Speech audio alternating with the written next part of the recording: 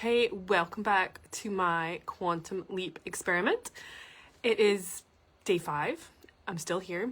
And actually today, less resistance. Haha, wonderful. I'm going to take that as a massive win, which is great. And today, one of the... oh, excuse me. Maybe that is some resistance in my throat. Anyway, today we are talking about seeking failure, which is really important and also something that most people avoid if they possibly can, right? Failure feels like the worst thing in the whole world. And again, like we talked about in a few days ago, your body probably at some level maybe equates failure with death, which is massive. And so we're going to get into this, right? So with your quantum leap, you've got to obviously be aiming big. And if you don't have any problems, you're not aiming high enough, right? So you almost want to expect problems, expect some failures along the way, so you can adjust and move on and keep going, right? But it is so difficult for most people to embrace any kind of failure because it can feel crushing. It can feel like you just sort of lose confidence in yourself, and really the way that you mentally take a failure can be absolutely everything. So we're going to talk about a specific book that I love. I haven't read it for a while, but it was Carol Dweck, and the book was simply called Mindset. And she brought forward a really interesting distinction within the world of mindset, and that was fixed versus growth. So a fixed mindset is often people that were successful young. So for instance, I would say I probably used to have a fixed mindset, partly because I did really well when I was younger. So I was a sort of straight A student. I'd never failed anything. And then I remember the first thing I ever failed was...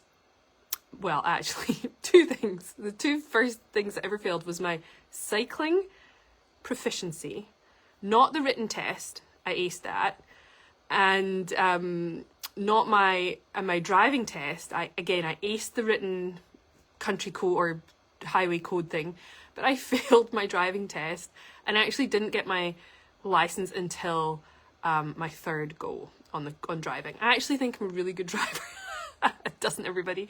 But I took those initial failures very, very hard, like crushingly hard, because I'd never failed anything before. And my upbringing, my family, my school, everybody, very much the sort of best grades, straight A kind of idea was celebrated, championed, and there really wasn't, it didn't feel like there was much of an option for anything else. And I went to school where almost everybody was a high achiever, and even with straight A's, I was rarely in the top class, maybe not even the top 2 classes. I was probably in the second or third class for most things out of, say, 8, even with straight A's. So it was very competitive, very sort of, not quite cutthroat maybe, but very competitive, right? And I'm sure a lot of you can identify with that sense and that ideal.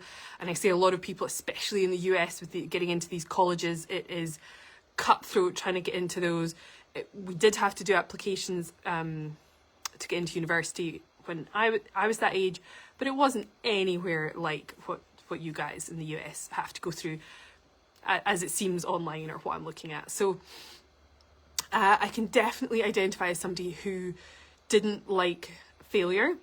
And so the problem with that is that people who have been used to winning at, say, getting their grades or whatever at school, in an attempt to never fail at anything because their family might not approve, it might they might make it mean something about themselves, that they're not good enough or they're not smart or they're not whatever, they avoid taking risks so they never fail, right? So you end up in this very small fixed place, and often it is those people that achieved highly educationally don't go on to achieve big in, say, the entrepreneurial world because they're less willing to take a risk. So they go into a steady corporate job or whatever that they can, it's very predictable, very safe, very, very secure, and that feels better, and they feel like they're going to win at that, and they,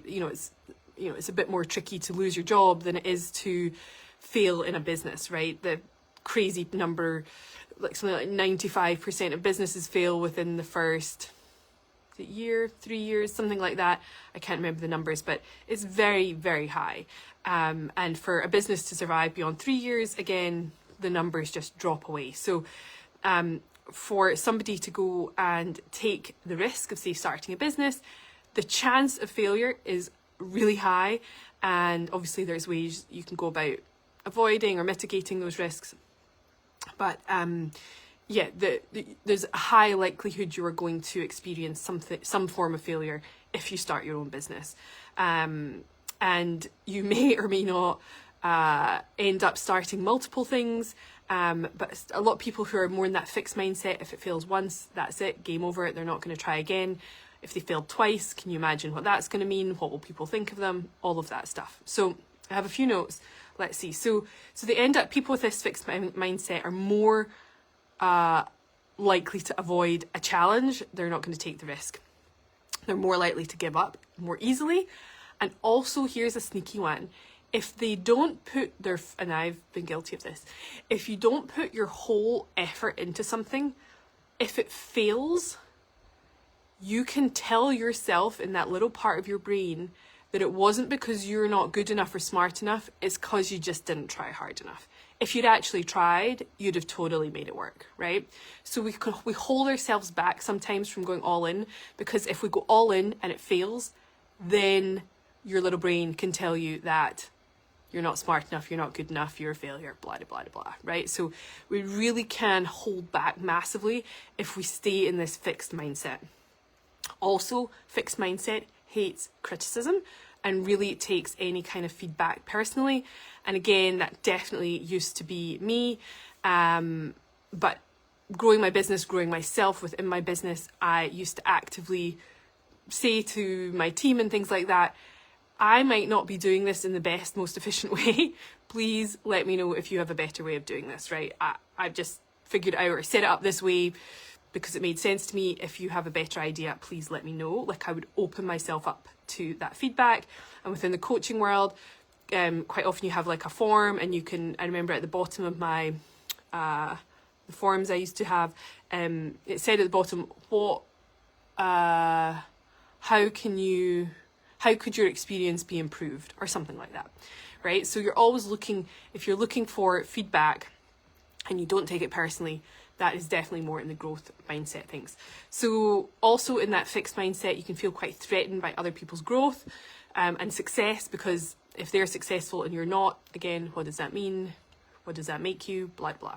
So it means, it ends up that often people with this fixed mindset don't reach their full potential because they're not taking the risk. And if they do take a risk and fail, they're not going to take another one, right? So we have to be open to the fact that things don't always work out. You often hear about some of the most successful people running big companies that it is their third or fourth attempt at something, right? It's their third or fourth idea. They're trying something else. The first 3 or 4 things didn't work, but this time they've nailed it, right? So it's really important that we don't take small or big failures to mean something, that to mean we're not good enough or whatever, right? Very, very important. Okay, so on the other side of things, this growth mindset, we are okay with failure. We're almost expecting it, right? If we're not aiming high enough and you keep small and you stay within your lovely little comfort zone,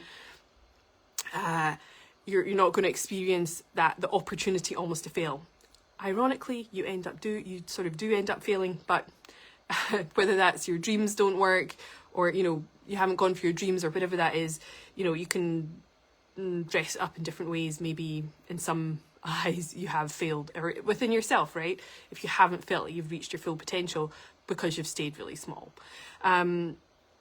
let's see, and it's just the sort of flip side of the growth mindset, right? So you are, if you are in growth mindset, you are not taking feedback personally. You're able to, you know, not all feedback is good feedback, right? Some is good, some is bad. You've got to be very conscious about who you are available to take feedback or criticism from, because it might not be coming from a good place, right? We've got to be realistic about that. But if it's good, you know, you know, what do you call it? Can't remember the word, but like, that it comes from a good place, or it's constructive, that's the word, constructive criticism, right? So that's the other thing. So it's more based, and this is actually really important if you have kids. So instead of valuing the outcome of the thing, the success or failure, they're not necessarily always focused on the result. They're more interested in the effort that they've put into the task, right? So for instance, for me, that would be training for my half marathon. The fact that I showed up and did it anyway, despite being about, you know, 20th last in the whole half marathon, right? The fact that I did it, I went, every step hurt, like my body had gone into full breakdown about 10 days before the half marathon, but I did it anyway. I showed up, it was painful. I, you know, was not picked up by the little bus, but probably a kilometre away from being picked up by the little bus at the end, right? It was not pretty. But the difference in that, instead of it focusing on me not winning the half marathon, which was never going to happen anyway, we can reward the effort that I put in to my training. My training was great, did loads of training, and the fact that I showed up and I stuck it out and I did the damn thing. I don't know if I've been for a run since, but it was enough to sort of put me off. But we're focusing the effort instead of the result. And if you have children, for instance, I do believe Carol has a whole book on mindset for children or something like that, which I would highly recommend getting. But you want to be, again, rewarding kids for the effort they're putting in, not necessarily for winning, or their identity gets tied up as being the winner. And if they put the effort in and they don't make it, then they obviously are going to unravel and not feel as good or as accomplished or whatever. So definitely focusing your feedback and your positive reinforcement around the effort rather than the result. All right. So it's just more of a language thing. I don't have kids, but this is my understanding from her work, and it will create a more resilient child, adult through that is not, you know, terrified to fail or can't take any feedback. So might be something to look into. Let's see, I've got a couple more notes over here. Yeah, somebody with a growth mindset is going to find other people's inspiration really inspiring, of course, right? That's great. Instead of thinking, oh, they've done it, and being in that sort of more victim-y mindset. Being more victim-y mindset is definitely in that fixed arena. And sort of taking more responsibility is definitely in the growth mindset arena. So let me just check. I have another really good example actually to share with you in a second. Yeah, so because the effort is being rewarded for the growth mindset, they become a more persistent adult and they're less likely to give up in the face of a setback. And obviously the beautiful thing is we now have a more spiritual understanding of things, and we know when there is the law of polarity, when there is a problem, the solution is created at the same time. So for every problem there is a corresponding solution. And so when we can have these sort of beliefs and mindsets instilled into us, we can have more resilience and more ability to bounce back, come back, rise from the ashes, all that good stuff. So I have a really interesting example. So when I remember hearing this story the first time I was in Mindvalley University in Estonia, and we went for the summer, spent the summer in Tallinn.